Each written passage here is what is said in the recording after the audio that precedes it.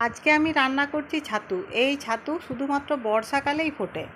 আর আমাদের বাড়ির পিছনে এরকম 10-12টা বড় বড় ছাতু ফুটেছিল।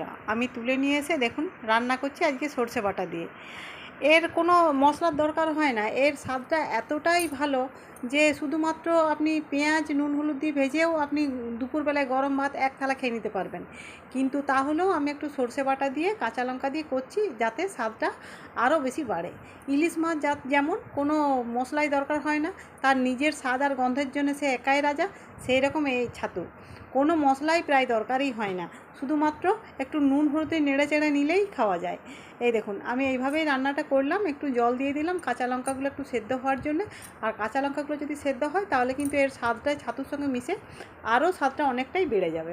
যার জন্য আমি এইভাবে কাঁচা লঙ্কা দিয়ে একটু জল দিয়ে নেড়ে চেড়ে এই দেখুন আমার রান্নাটা হয়ে গেছে, আমি নামিয়ে নিচ্ছি। আপনারা যদি এই ধরনের ছাতু কোথাও পান তাহলে কিন্তু অতি অবশ্যই